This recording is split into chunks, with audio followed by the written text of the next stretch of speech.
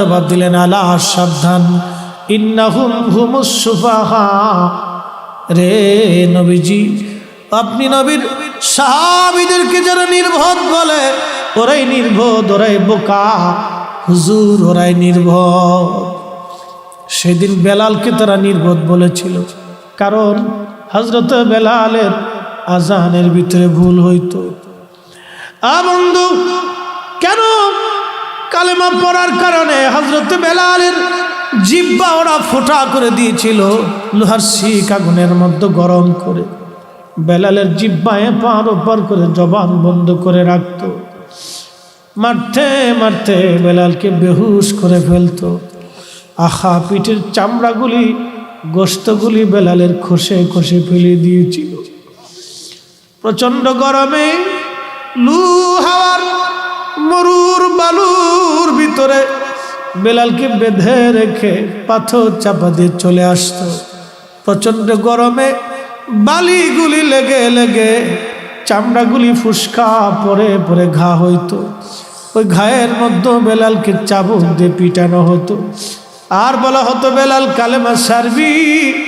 হযরতে বেলাল রাদিয়াল্লাহু আনহু বলতেন, বেঈমানরা রে, জীবনের সব কিছু দিতে রাজি, কিন্তু নবীর কদম ছাড়তে রাজি না। মদিনাতে গেলেন হযরতে বেলাল রাদিয়াল্লাহু আনহু। মদিনায় গেলেন, আজানের প্রবর্তন হলো, আজান শুরু হলো। বেলালকে নবীজি মুয়াজ্জিন বানিয়ে দিলেন। বহু বছর নবীর সহবতে থেকে থেকে নবী প্রেমে বেলালের হৃদয় সিক্ত হয়ে গেল। হাবিবে কিবরে ইন্তেকাল করবে, হুজুর ইন্তেকাল করলেন, অনেক বড় লম্বা ওয়াজ। ইন্তেকাল করার পরে মদিনার যে কি অবস্থা হয়েছিল আপনারা তো বুঝতেই পারছেন। একটা উট পর্যন্ত কেঁদে কেঁদে হয়রান হয়ে গিয়েছিল। সারা মদিনার মানুষগুলি নীরব হয়েছিল।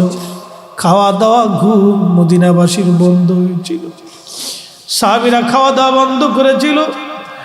একজন এক এক দিকে এক একভাবে বিক্ষিপ্তভাবে পড়েছিল। বহুদিন পার হয়ে গেল, বেলাল আর মদিনায় আজান দেয় না।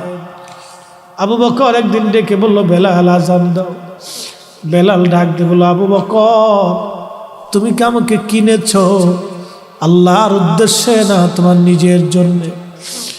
আবু বকর বলল, বেলাল রে, কাফেরদের কাছ থেকে তোকে কিনে এনেছিলাম আল্লাহকে খুশি করার জন্য, তোমাকে আজাদ করে দিয়েছি। বেলাল বলল, আবু বকর, আমি আর মদিনায় আজান দিব না। যে আজান দিলে নবী আসতো, সে আজান দিলে আজ নবী আসে। আমি আর কোনোদিন মদিনায় আজান দিতে পারবো না। চলে গেলেন নবীর আশিক সিরিয়ার দামেস্কে।